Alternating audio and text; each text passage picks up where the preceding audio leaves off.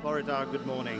I'm delighted to have the opportunity to speak to you about how you achieve growth and prosperity through successful diversification.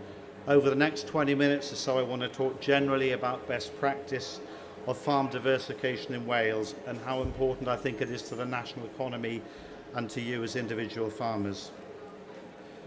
This is the agenda. If you want a copy of the slides, hopefully they'll be made available by Farming Connect, or come and speak to us at the Landsker stand in the other building and we'll give them to you.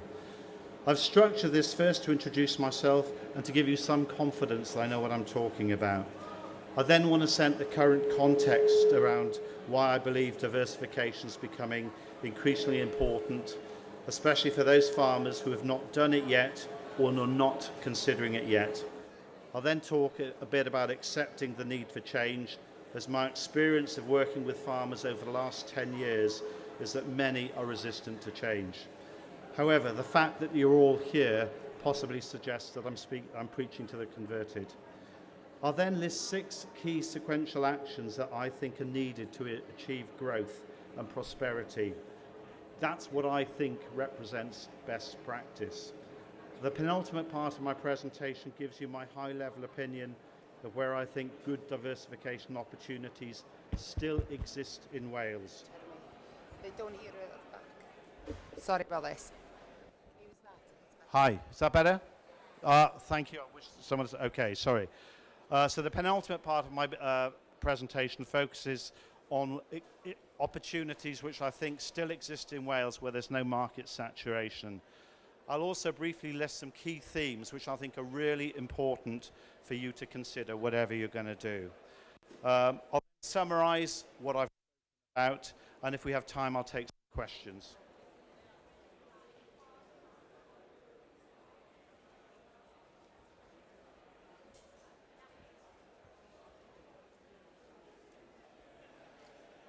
So, too many bloody devices. Why? Well, why am I qualified to Cynorthwyo to make you make decisions that could significantly impact what you're doing?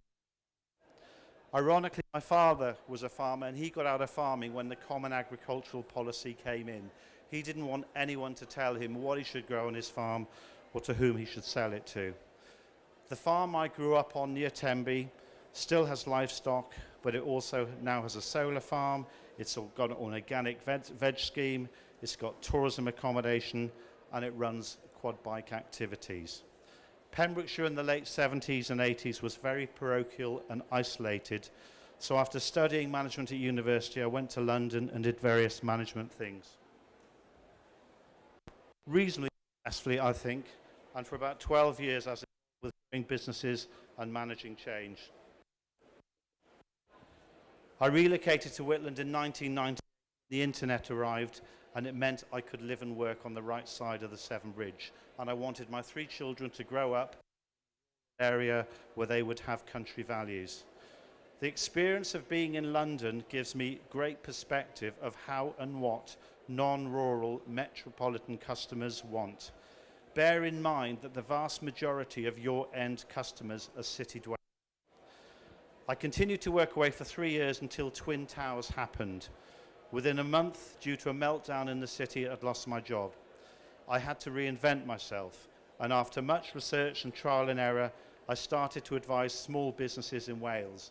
And in 2004, I established Landsker Business Centre at my home, with a farm. 9/11 was calamitous for me in the short term, but it was the catalyst that gave me the idea to establish Landsker. I could have rolled over and got a job at the local council, but instead it alerted me to the opportunity that I could establish a successful consultancy business in a rural setting and play to my strengths. So what I did then and continue to do now makes me realize that you can have your cake and eat it, but you have to make your own recipe. Establishing Landsker was the best business decision I've ever made. There was a level of risk, but it has succeeded because I did my research, I was clear on what to do, and I was not going to let it fail. I also now have letting tenants and installed a biomass boiler nearly 5 years ago, from which I'm getting a good tariff. So although I'm not a farmer, I've diversified my core business to generate complementary revenue streams. My business philosophy is to speak plainly to advise clients of what they need to know as opposed to what do you want to hear. I also care passionately about the advice that I give, and I'm only interested in helping you make the right business decision for your farm. I also don't pull my punches. I'm also a very commercial person who believes in a prosperous private sector.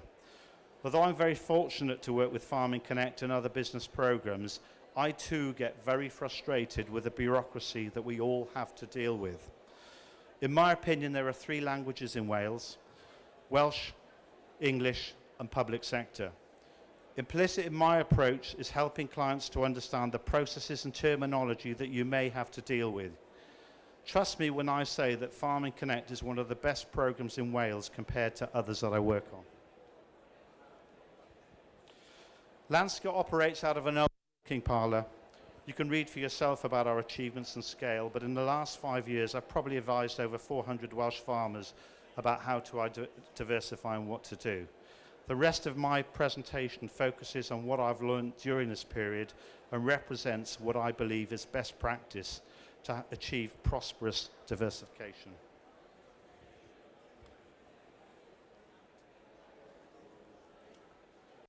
So let's set the context. Where are you now? Have you started yet? Are you a serial diversifier? You don't know what to do? You have no intention of diversifying. Which of these categories do you fit into now?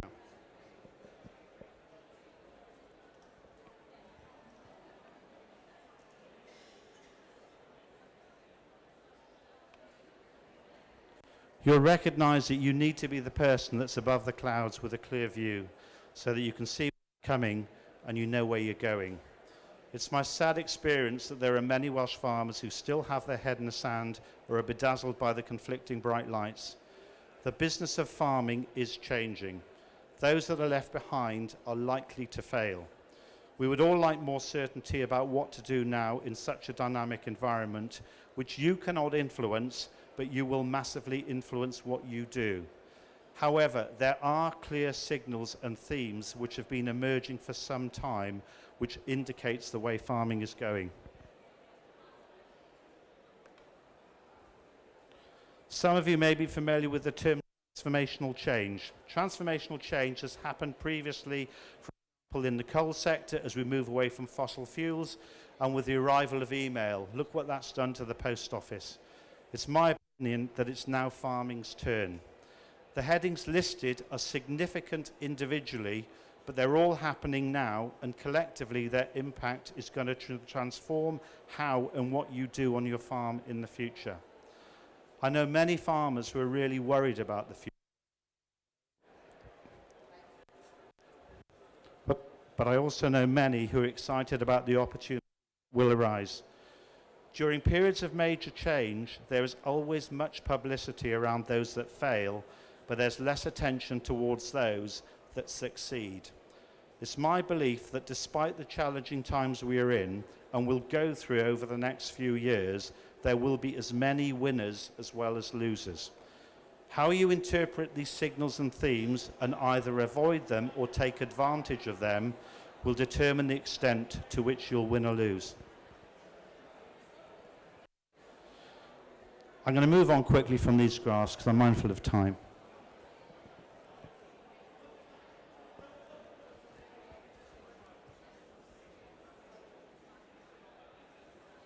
I love this proverb, which I believe neatly polarizes Welsh farmers into current attitudes I see when I visit farms. I generally believe that there are great opportunities coming for many, but critical is recognition of these opportunities and being able to take advantage of them. Massively important now, and I can't understate this, is your mindset as to whether you are a half glass full or a half glass empty person. I also think there's a lot of truth in these quotes from William Pollard, a 19th century theologian, about innovation and the need to change. His premise is that those that are already changing are more resilient to change. Over the last few years, there's been a lot of comparisons made about the watershed that New Zealand farming went through some years ago. And at that time, there was major turmoil for them. There were winners and losers. Now the New Zealand farming sector has an enviable reputation. It's also very diverse and innovative. Wales is now in a comparable watershed. Changing voluntarily gives you more control and choice. It also indicates that you have an outward-thinking mindset and are progressive. I mentioned earlier that I'm a commercial private sector person and I believe in survival of the fittest. My personal view is that the regime that farmers in the UK have had to work under for the last few generations has stifled innovation and generated a dependency culture. I truly think that most farmers have entrepreneurial DNA, but the present systems have not allowed this to flourish. I predict that this will change over the next generations as farmers will have to become more entrepreneurial.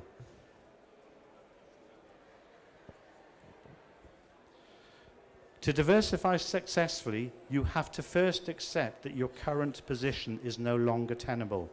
And the longer you leave it, the harder it becomes because your options decrease. This simple diagram demonstrates the key stages that most people go through to change. Initially, there's shock and denial against the need to change, and then frustration and depression about not knowing what to do. There then tends to be some research and experimentation to look at new things, which suggests the way ahead, following which a clear decision is then made to commit to new activities. The last stage involves integration of what you've recently done into farming activities, which then becomes business as usual. An example of this process applying to me was when I installed my biomass system at Landsker. It took me 2 years to make my mind up to do it. That 2-year delay, when I prevaricated and thought the feed-in tariff was too good to be true, probably cost me £40,000 to £50,000 over the term of my payments from Ofgem, as the per kilowatt price reduced by more than 2.5p per kilowatt during the time I was not making a decision. I wish I'd made the decision sooner. So I now want to provide some advice on what I think are the key 6 steps for best practice to diversify. And these views are based on what I've learned from speaking to hundreds of farmers in Wales over the last 10 years. What I'm talking about is not rocket science. It is mostly common sense. But I'm still staggered by the number of farmers who do not apply this or a similar process. The first step involves detailed, critical self-examination of your current situation, what you like to do and can do.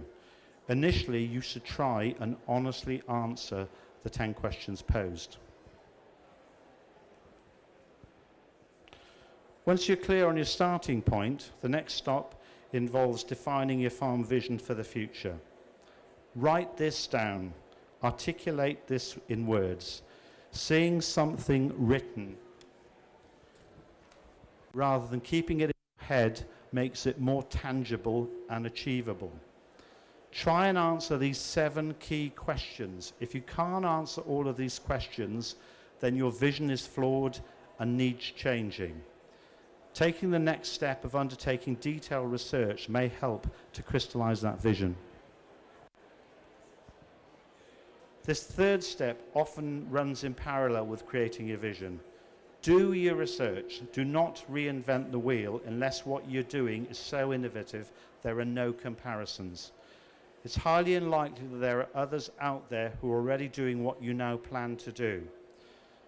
For the last 3 years, I've probably spoken to over 200 farmers who are intent on going into glamping. More than 80% had never experienced glamping themselves. They thought it was a good idea because they had seen others doing it well without having any real insight into what was involved. I think we have a real problem in Wales, and that there's a strong herd instinct to copy what others have done without understanding the implications of what they're considering. Always play to your farm's strengths and don't be afraid to be innovative. When Folly Farm started about 20 years ago near Tenby, most local farmers in Pembrokeshire thought the owners were crazy. Folly Farm is now the most visited, paid-for tourism experience in Wales.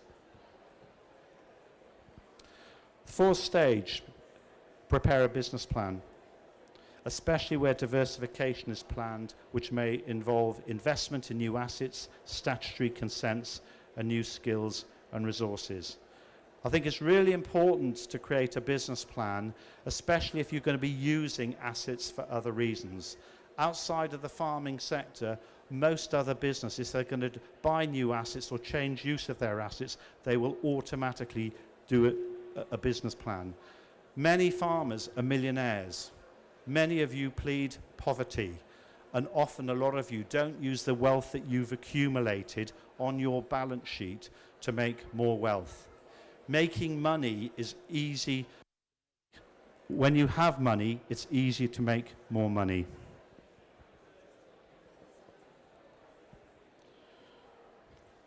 Once you've done the plan, stick to the knitting and implement it.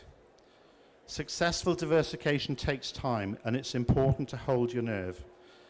I've met aware of many farmers who've not actually stuck to the knitting as long as they should have done, and they've changed because they didn't get immediate success.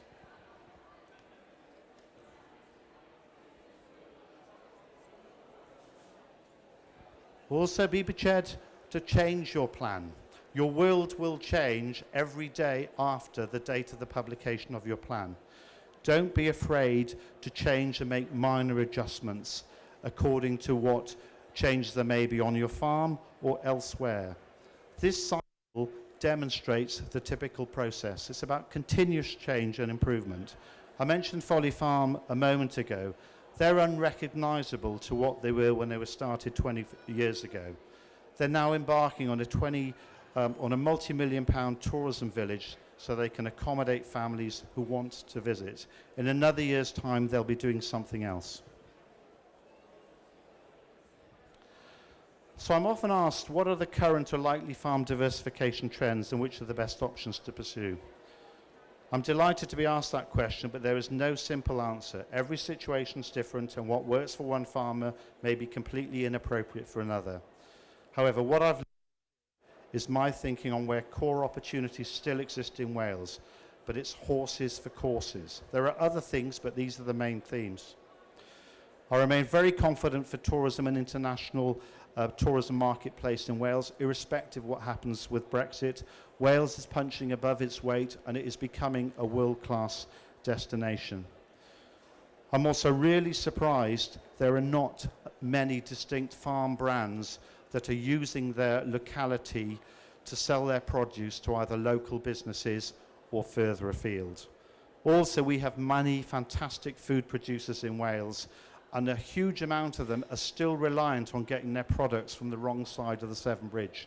I think that's shameful, and I'm certain there are issues to do with supply chain and abattoirs and other bits and pieces, but I think that's a real growth opportunities. And also, location, establishing a good farm shop using local produce is still a very good thing to do. These high-level factors are things that I think everyone needs to consider, whatever you're going to do in diversification.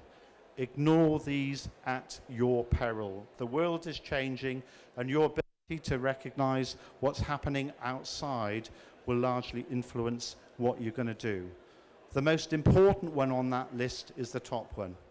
Digital marketing has changed many of your locations of being, off the beaten track, off the top of a mountain. Provided you've got signal, you are not penalized like you were 5 years ago. So whatever your plans are, you have to incorporate these things as an implicit part of your thinking.